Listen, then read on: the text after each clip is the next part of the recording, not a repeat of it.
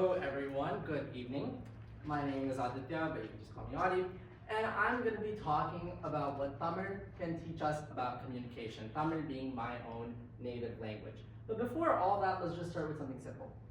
How many people in this room speak more than one language? Okay, that's a lot of you guys. What about 3? 4? 5? Okay, and the reason I ask this question is whether you speak one language or 5 languages, like Victoria, right? Every language that you speak profoundly shapes the way that you think and perceive the world. Then the very neural pathways in your brain. We have an example here, right? Andrew, can you describe the location of this banana relative to the mug? It's on the right.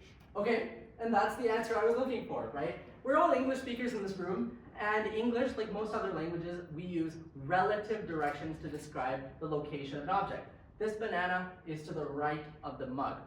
These are egocentric directions, the directions based on your own point of view, right? For me, the banana is to the left of the mug. But not all languages work like this. Some Aboriginal Australian languages, for example, use cardinal directions, north, south, east, west, to describe the relative location of everything. This banana is to the east of the mug, always, because that's east. And it doesn't matter who's saying it, right? And because of this feature of their language, this has profound implications on the way that they think. They're more spatially aware, and they're better able to navigate unfamiliar geographic locations. So it's really clear that languages have a profound effect on the way we think, right? And now let's get to the language that has shaped me in a similar manner, Tamil. Tamil is spoken in southern India, Malaysia, Sri Lanka, and Singapore. That pin right there, that's Chennai, that's the city that I was born in.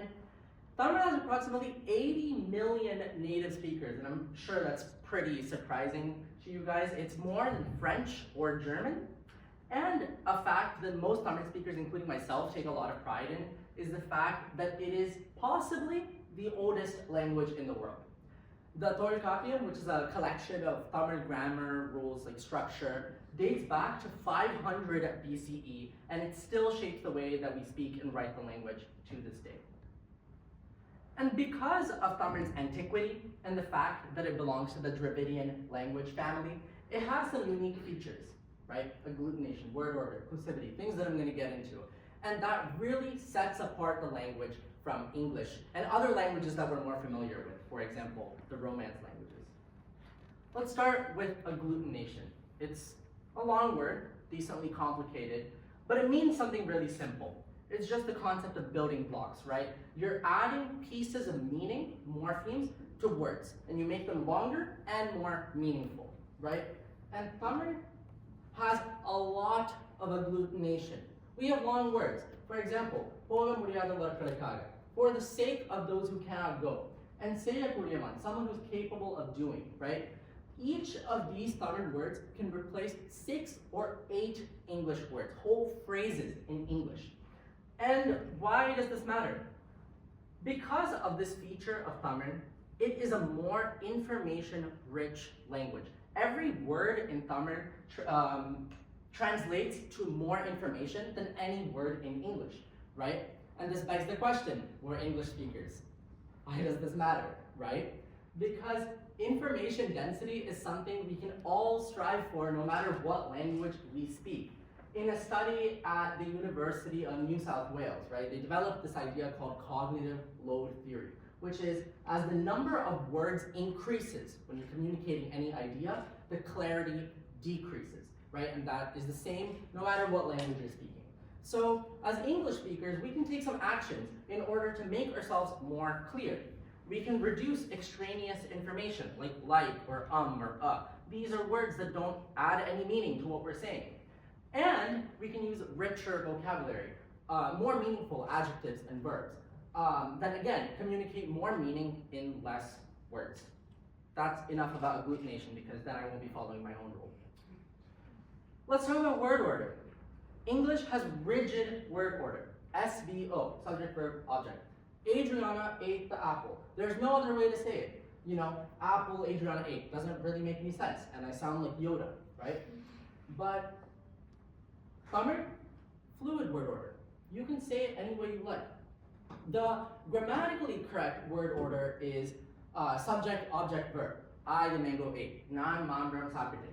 But you can say the same thing in any of the 6 word orders and it would be equally correct and everyone would understand you. Again, how can we apply this in English, right? We don't have fluid word order, but we can be more accustomed to fluid word order and structure, and that would make us all better listeners. If you were here a couple of Wednesdays ago, right, Dr. Afton was talking about the importance of being a good listener for better communication, right? Listeners hold the majority of power in a conversation. And when you're more accustomed to fluid word order, you're able to focus on the meaning of what someone is saying and not the way they say it, the structure with which they communicate it. This is especially applicable to English speakers because, of course, we have billions of non-native English speakers from all over the world who are probably more accustomed to their own word orders in their languages, right? And being able to understand what someone's saying, regardless of word order, enables us to have effective communication around the world. And now, let's imagine a situation, right? I think it's something that's quite familiar to all of us. We're studying for an exam. We're studying for chem exam, perhaps, in Marston.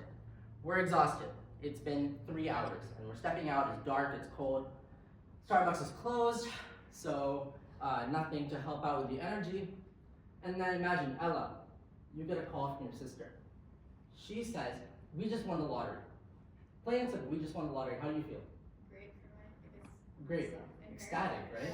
I mean, the first thing you're asking your sister, I imagine, is like, okay, when are we going to Tahiti? When are we going to Paris, right? But then she's like, no, me and my boyfriend won the lottery, not you. You don't get anything. Sorry. And that brings us to the idea of inclusivity, right? A single word, we, when you change the meaning of the word we, makes a huge difference in this situation. We can mean the difference between excitement and dejection, right? She doesn't get a single cent. In Tamil, we have a solution for this problem. We have 2 words for we, and that's the idea of inclusivity. We have an inclusive we, nam, like nam lottery jaichom, which is we all won the lottery, all of us, and nangar lottery jaichom, which is exclusive. We won the lottery, but not you, Ella. You don't get anything. And why does this matter? Again, that's kind of the key focus, right? English is not Tamil. We don't have these features. We don't have 2 V's. But this does show the power of single words. Words are powerful when we're communicating with people. Every single word you say has tremendous impact, right? In this study by Dr. Paralis at the University of Queensland, using more gender-affirming language in the workplace improved the well-being and the socioeconomic productivity of cisgender and transgender people, right? So the words you use are powerful and impactful, not only in your conversations, but in society in general. And so that brings me to kind of the final point, right? Again, English is not Tamil, Tamil is not English. We don't have the same features, but we can adopt some of its features to improve the way that we communicate. We can't agglutinate, but we can use richer vocabulary, less extraneous information to make ourselves more clear. We can't have clusive pronouns, but we can be more inclusive with every single word that we speak, right? And to close off my talk and all of TEDxFLC, I want to present this final quote. A different language is a different vision of life. And I hope that tonight you all have appreciated the vision of life that Tamil has provided you, and that you take some of its best features to shape the way that you interact with the world. Thank you.